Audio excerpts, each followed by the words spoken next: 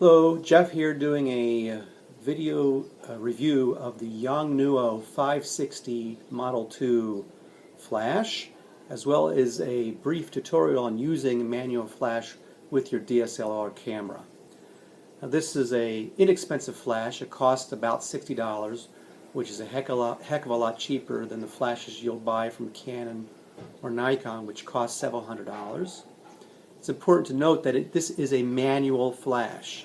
It's not an automatic flash, meaning it does not use the Nikon or Canon built-in TTL system for regulating the brightness of the flash. Rather, you must set the brightness of this flash yourself. That is a very easy skill to learn. I'm an amateur photographer and I caught on to it fairly quickly. Professional photographers use manual flashes all the time, and it is a worthwhile skill to learn, and you'll save a lot of money. The quality of this flash appears to be good. There have been some reports in the reviews of flashes breaking down after a few months or them arriving defective. I have not had that problem. It has the standard features of a speed light, including a rotating head, rotates 270 degrees.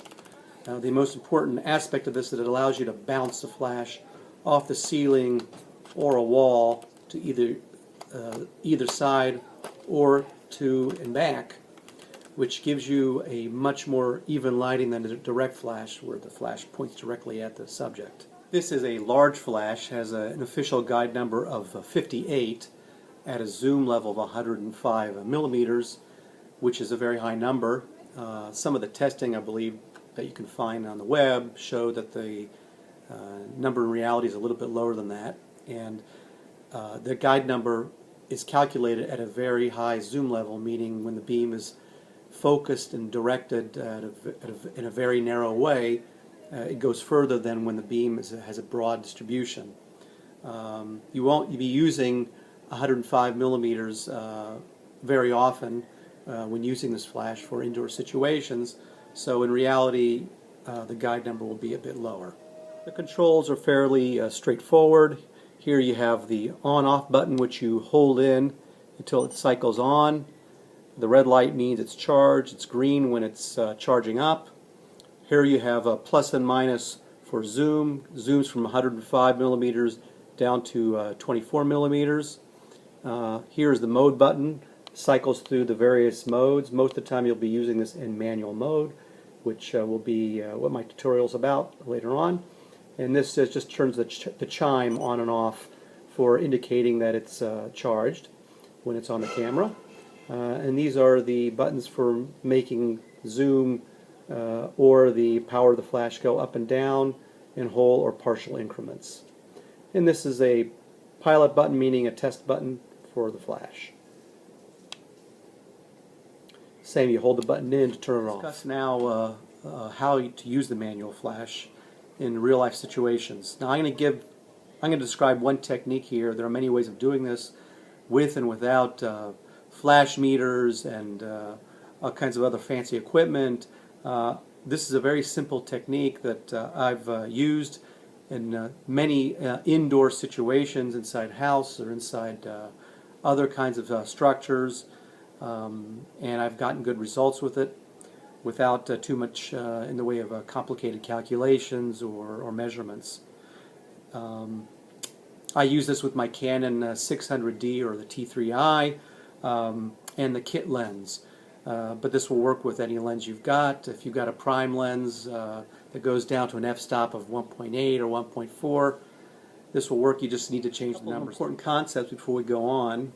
One is the idea of stops. Well, we've all heard of f-stops, stop 3.5 or 5.6, but you have stops in all the other parameters for exposure too, including the shutter speed and the ISO.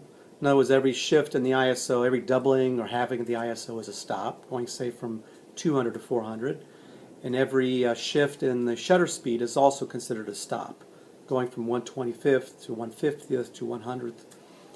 And the idea is that every shift and stop changes the exposure by the same amount no matter what parameter you're dealing with. So if you change say, the f-stop by 1 stop.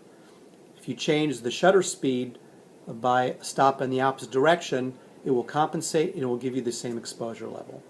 Well, with manual flash, you need to use the same idea, because every change in setting of the brightness of the flash is also a stop.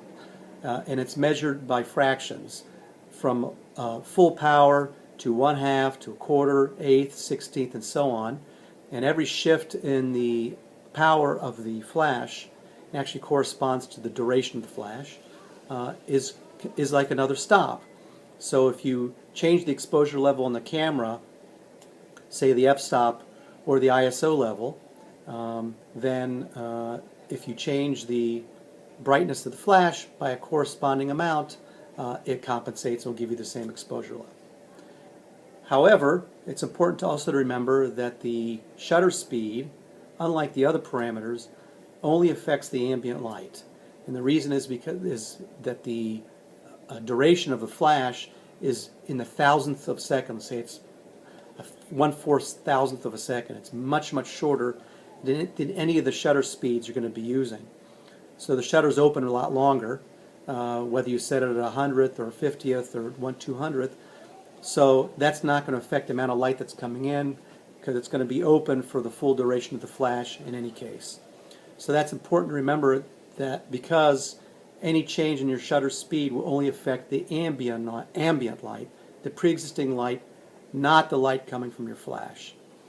This, in contrast to the other things, the other parameters like the f-stop and the ISO, and of course the flash brightness itself, which will affect the brightness coming in from the flash itself. Now, the technique that I'm going to describe works for most indoor situations.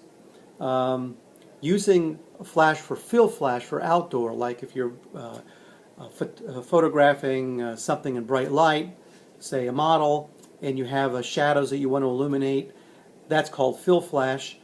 You can use a manual flash for that too, but that's a little bit trickier. And with that, I think you're better off using the automatic built-in flash that uses TTL, and it will do the job great. And you don't need a lot of power for that, so that works out great.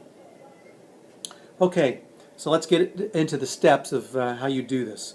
First thing is you want to set the flash to manual mode. And I showed you before, after turning it on, you want to make sure that the mode button you've set, so you see up here that it's in manual mode. Okay? The other thing that's important is that you want your camera to be in manual mode. You don't want to use any of the automatic modes. Let's turn on the camera here. And here, this is my Canon 600D. It's in manual mode. And the reason you want to do that is because in any of the automatic modes, the camera assumes either you're not using a flash, or if you are using a flash, you're using one of the automatic flashes that it's meant to work with. In the case of this manual flash, the camera does not know that a flash is attached to it. So it will make its metering measurements and decisions about f-stop and shutter speed and ISO and all that, not taking the flash into account. And it's going to give you all kinds of outcomes that you don't necessarily want. So you want to use the camera in manual mode and set the parameters to give you the kind of lighting situation that you choose. Okay. Now you want to set the shutter speed to somewhere between 1/100th and 1/200th or 250th of a second. You have to know the sync speed of your camera. They're usually in most of the crop cameras, crop frame DSLR cameras, about 1/250th of a second.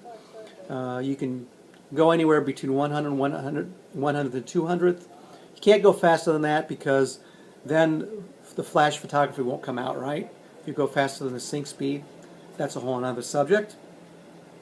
But if you set your shutter speed too low, you're going to get some blur in your picture, if you have, from your camera shake and from the motion of the subjects. So the whole idea of the flash is to allow you to use fast enough shutter speeds so you'll get a sharp picture. Now, you've got fast lenses. If you got, say, a prime lens that opens up to 1.4, 1.8, or the kit lens, You can either slow down your shutter speed, or you can raise your ISO to use just natural light and not use a flash. But then you're going to either introduce blur from the motion of the camera or the subject, or you're going to introduce noise from using your high ISO. So the whole idea here is that the flash will allow you to bring in a lot more light into the picture, so you can get nice illumination of your subject and use a high enough shutter speed so you can freeze your motion. One thing I should say also is that you want to set the manual flash on a zoom level at about 50. Okay, the zoom level is adjusted with these two buttons here, and you can see here I have adjusted about at 50. The zoom level 50 is sort of an intermediate level that the reflector will use. As you can see, you might be able to see here that when I change the zoom level, the flash inside the case changes location to aim the beam differently, and I want it to be at 50. And that again will cover most situations. So you can see